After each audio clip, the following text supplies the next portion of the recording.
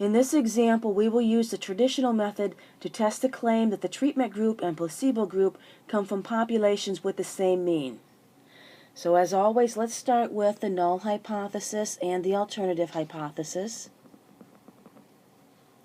If the treatment group and placebo group come from populations with the same mean, then mean 1 is equal to mean 2, and that is the claim. So the alternative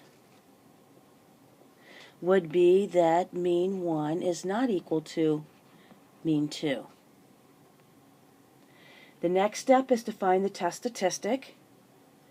The formula for the test statistic is sample mean 1 minus sample mean 2 over square root of the first standard deviation squared over the first sample size plus the second standard deviation squared over the second sample size. So let's substitute in the two numbers. The first sample mean is 21.57. The second sample mean is 20.38.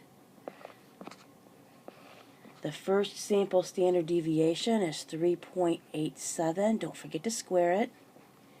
Over the first sample size, which is 43, plus the second sample standard deviation is 3.91. Don't forget to square it. Second sample size is 33. So keep in mind that you need to round t to 3 decimal places. So when you work that all out, you should find that t is equal to 1.321.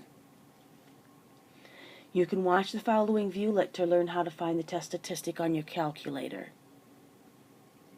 Now we need to find any critical values. From the not equal to sign in H1, we know that we have a two-tailed test. They told us that alpha is 0.05, so that means we have 0.025 in each tail and 0.95 in the center.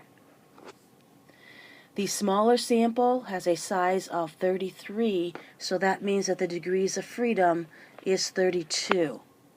So use table A3, and then you should find that the critical values are negative 2.037 and 2.037.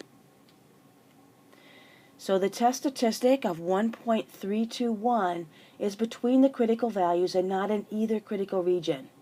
So that means we need to fail to reject the null hypothesis.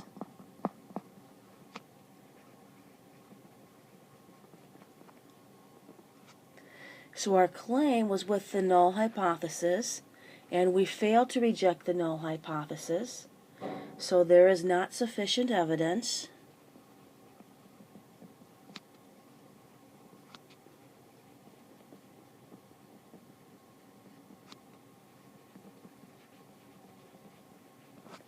to warrant rejection